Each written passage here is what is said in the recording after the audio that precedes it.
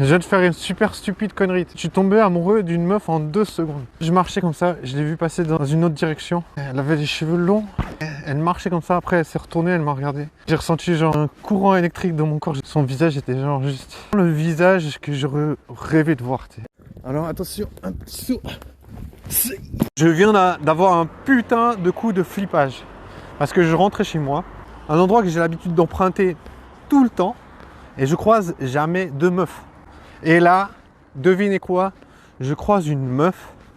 Une meuf que je croise depuis 4 ans dans différents environnements, qui a l'air obsédée par moi.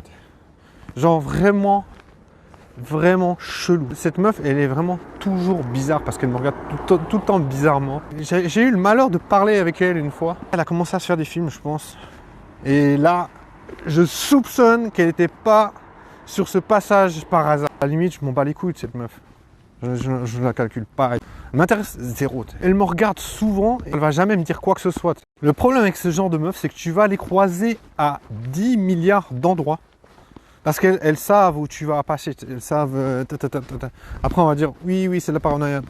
Bah les couilles, tu sais. Quand elle me regarde, je sais très bien ce qu'il y a dans sa tête. Il va venir me parler, il va venir vers moi, ou elle se dit, ouais, il me kiffe. Et je veux pas lui parler. T'sais. Elle est bizarre, elle est pas belle, et elle a un look étrange. Déjà, ça me fait froid dans le dos qu'elle se dit, ah, ce gars il va me kiffer. T'sais. Moi je suis en train de me casser le cul, jour après jour. Je me dis, mais putain, mec, qui es-tu? Si t'es pas un putain de bon type, eh ben tu ferais mieux de bouger ton cul. Moi je me dis ça tous les jours. Je me dis, mec, t'as intérêt d'être putain de normal, parce que les gens ils en ont que faire si t'es chelou, mec. Les gens ils en ont que faire d'un cul chelou. Et c'est pour ça que je me dis, mec, travaille pour devenir quelqu'un de normal. Et quand tu vois des meufs cheloues comme ça qui te fixent, je me dis, mais cette meuf, elle a peut-être pas compris que je suis en train d'essayer de devenir quelqu'un de normal et je vais pas traîner avec des meufs cheloues, mec. Loin de moi d'avoir envie d'être agressif, mais ça fait juste chier que cette meuf, elle se dit, ah ouais, lui, il est aussi chelou que moi, avec ma tête bizarroïde. Je suis pas en mode, un trou, c'est un trou. J'aimerais la calculer moins 1000. Ces meufs-là, elles se disent, ah, c'est un putain de cassos. Eh ben, tu sais quoi? Eh ben, ce putain de cassos, il va me baiser parce que je suis une cassos. Moi, ça me casse les couilles. Si tu me prends pour un cassos, mec, tu me respectes zéro. Alors, si tu me respectes zéro, va niquer ta grosse. Tu peux être absolument R pour une meuf. Si t'es Monsieur Chad, elles vont te prendre au putain de sérieux. Elles vont dire, ce gars, il a trouvé comment plaire aux meufs. Et moi, je vais être sur sa liste.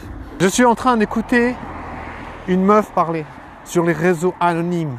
Et la meuf, elle dit, j'ai un pote puceau et j'éprouve un malin plaisir à lui raconter toutes mes histoires de débauche. Ça me fait réaliser à quel point j'aime observer. J'aime me dire, il y a des gens qui ont du pouvoir et d'autres qui n'en ont pas dans ce monde.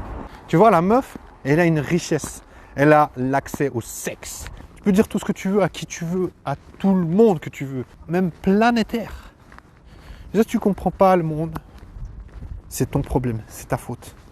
C'est-à-dire, si tu racontes la merde, c'est ta faute. Parce que, finalement, t'es le seul concerné par ta propre connerie.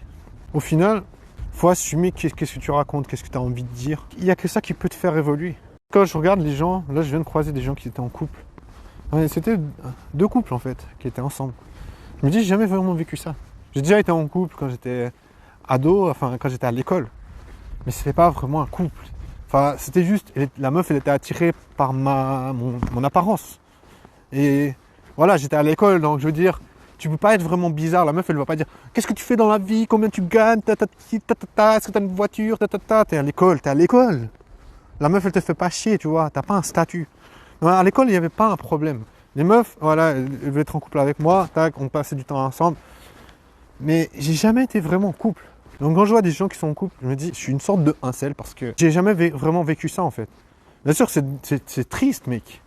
C'est triste à crever parce que tu te dis, mec, genre tu vis ta vie, t'as jamais vraiment connu l'amour, genre un véritable amour. Après, est-ce que tu peux vivre sans amour? Mais c'est juste, genre, quand tu peux t'exprimer honnêtement, qu'est-ce qui va se passer? C'est que les gens, ils peuvent te juger. Et c'est ça que souvent, on a envie d'éviter. On a envie de se dire, j'ai pas envie de dire les choses parce que j'ai pas envie d'être jugé. Mais le problème, c'est que si les gens te jugent pas, c'est pas bon non plus.